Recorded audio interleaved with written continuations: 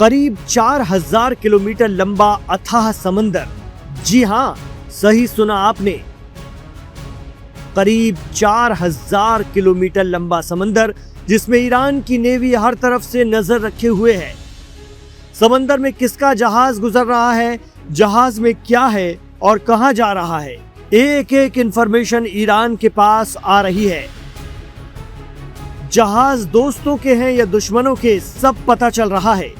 ये कोई कल्पना या तसव्वुर नहीं, बल्कि ईरान के उस प्रोजेक्ट का खाका है जिस पर उसने काम करना शुरू कर दिया है। 40 दिनों की जंग और स्ट्रेट ऑफ हॉर्मुज पर पूरा कंट्रोल हासिल करने के बाद अब ईरान ने समुद्री रास्तों पर अपना दबदबा बढ़ाने के लिए एक नई रणनीति का ऐलान किया है। ईरान की IRGC यानी पासदाराने इस्लाम में कुद्स फोर्स के कमांडर इस्माइल कानी ने कहा कि मिडिल ईस्ट के सबसे अहम और सेंसिटिव समुद्री रास्तों पर अब ईरान होगा। समंदर पर एक तगड़ा सुरक्षा बेल्ट ऑफ रेजिस्टेंस तैयार किया जा रहा है। सिक्योरिटी बेल्ट ऑफ रेजिस्टेंस, ये वही 4000 किलोमीटर लंबा समुद्री इलाका होगा जिसे ईरान और उसके रेजिस्टेंस, जिन्हें पश्चिमी देश प्रॉक्सी कहते हैं, कंट्रोल करेंगे। दरअसल ईरान का ये सुरक्षा घेरा स्ट्रेट ऑफ हॉर्मुज से लेकर बाब अल मंदब तक बनेगा। आबनाए हुर्मुज से लेकर बाब अल मंदब यानी ईरान ओमान के करीब से लेकर यमन के नजदीक तक। यमन के हूती या अंसारुल्लाह ईरान के पक्के हिमायती माने जाते हैं, जिन्होंने इस वक्त ईरान के दुश्मनों को सबक सिखाने के लिए बाब अल मंदब को बंद कर रखा है। जहाज फारस की खाड़ी यानी पर्शियन गल्फ से स्ट्रेट ऑफ हॉर्मुज के रास्ते निकलकर अरब सागर, अदन की खाड़ी और फिर बाब अल मंदब को पार करके लाल सागर या रेड सी में प्रवेश करते हैं। सामान्य मालवाहक जहाजों और तेल गैस टैंकरों के जरिए समंदर में इस लगभग 3700 किलोमीटर के सफर को पूरा करने में गति के आधार पर करीब 5 से 7 दिन का वक्त लग जाता है। तो ईरान इस तैयारी में है कि 5 से 7 दिन तक समंदर में दुनिया भर के जहाज उसकी और उसके हिमायती संगठनों की निगरानी में रहें। यानी IRGC की नेवी से लेकर यमन में हूतियों की नावें और जहाज उन पर नजर रखें। इस बीच जगह जगह ईरान के नेवल अड्डे और नावें घूमती रहेंगी। बाब अल मंदब लाल सागर के साउथ छोर पर यमन और जिबूती के बीच है। 20 मील चौड़े और 70 मील लंबे बाब अल मंदब का अपना अहम मकाम है। ये सुएज नहर के रास्ते यूरोप, मिडिल ईस्ट और एशिया के बीच का सफर करने वाले जहाजों के लिए एक दरवाजा है, एक प्रवेश द्वार है।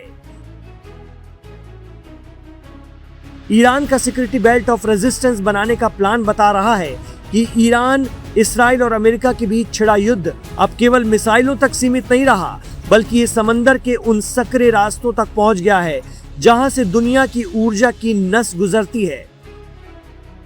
स्ट्रेट ऑफ हॉर्मुज और बाब अल मंदब की चाबी ईरान के पास आ जाना मतलब ये दोनों रास्ते एक साथ बंद होते हैं तो वैश्विक व्यापार का पहिया थम सकता है।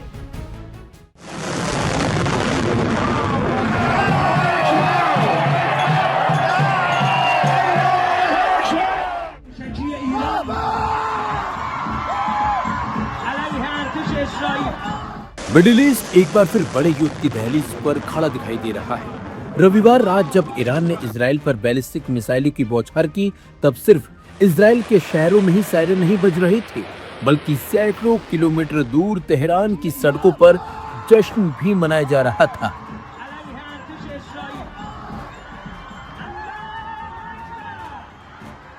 एक तरफ इजराइल में लोग बंकरों की तरफ भाग रहे थे, तो दूसरी तरफ ईरान में हजारों लोग सड़कों पर उतरकर अपने देश के समर्थन में नारे लगा रहे थे। इन तस्वीरों ने पूरी दुनिया का ध्यान अपनी तरफ खींच लिया है।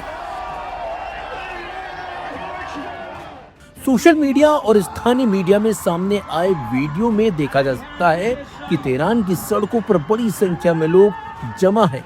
उनके हाथों में ईरान के झंडे हैं, लोग नारे लगा रहे हैं और आसमान की तरफ देखकर खुशी जाहिर कर रहे हैं।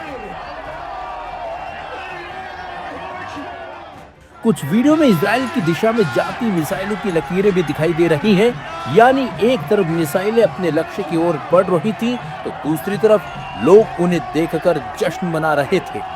दरअसल 2 महीने पहले हुए युद्ध विराम के बाद ये पहला मौका है जब ईरान ने सीधे इजराइल पर मिसाइल हमला किया है। इजरायली मीडिया के मुताबिक रात करीब 10 बजे उत्तरी इजराइल की ओर कई बैलिस्टिक मिसाइलें दागी गई थी। इसके बाद इजराइल के कई इलाकों में सायरन बजने लगे और एयर डिफेंस सिस्टम को सक्रिय कर दिया गया था। इजरायली सेना का दावा है कि अधिकांश मिसाइलों को रास्ते में ही रोक लिया था, लेकिन सच कुछ और ही है। ईरान ने इस हमले को लेबनान में इजरायली कार्रवाई का जवाब बताया है। कुछ घंटे पहले इजरायल ने बेरूत के दक्षिणी उपनगर दाहिये में एयर स्ट्राइक दरअसल की थी। इजरायल का दावा था कि उसने वहां हिजबुल्ला के कमांडर सेंटर को निशाना बनाया है, लेकिन ईरान ने इसे सिर्फ हिजबुल्ला पर हमला नहीं बल्कि अपने प्रभाव क्षेत्र को चुनौती मानते हुए जवाबी कार्रवाई कर डाली। हालांकि इस पूरी घटना में सबसे ज्यादा चर्चा तेहरान की सड़कों पर दिखे जश्न की हो रही है। आमतौर पर जब किसी क्षेत्र में युद्ध का खतरा बढ़ता है तो लोग चिंतित और डरे हुए दिखाई देते हैं, लेकिन ईरान में तस्वीर कुछ अलग नजर आई। बड़ी संख्या में लोग सड़कों पर उतर आए और उन्होंने अपने देश के समर्थन में प्रदर्शन किया। विश्लेषक मानते हैं कि इन तस्वीरों के जरिए ईरानी जनता ने दुनिया को एक राजनीतिक और मनोवैज्ञानिक संदेश देने की कोशिश की है। संदेश ये है कि दबाव, प्रतिबंध और सैन्य धमकियों के बावजूद देश के अंदर एक बड़ा वर्ग सरकार और सेना के साथ खड़ा दिखाई देना चाहता है। इन प्रदर्शनों के जरिए ये दिखाने की कोशिश की गई कि ईरानी जनता डरने वाली बिल्कुल भी नहीं है और अगर देश पर किसी तरह का दबाव बनाया जाता है तो वह अपने नेतृत्व और अपनी सैन्य कार्रवाई के साथ खड़ी रहेगी। दूसरी तरफ इजरायल ने भी साफ कर दिया कि वह हमलों का जवाब देना नहीं छोड़ेगा। इजरायली सेना प्रमुख लेफ्टिनेंट जनरल एयाल ज़मी ने कहा कि सेना जवाबी कार्रवाई के लिए तैयार है और राजनीतिक मंजूरी का इंतजार कर रही है और वो मिल भी चुकी है और कई इलाकों में इजरायल ने हमलों का दावा भी कर डाला है। इसी बीच अमेरिकी राष्ट्रपति डोनाल्ड ट्रंप ने स्थिति को संभालने की कोशिश भी की थी। उन्होंने कहा था कि वह प्रधानमंत्री बेंजामिन नेतन्याहू से बात करेंगे और उन्हें जवाबी हमला करने की सलाह भी देंगे, लेकिन बेंजामिन नेतन्याहू ने ट्रंप की बातों को अनदेखा अनसुना कर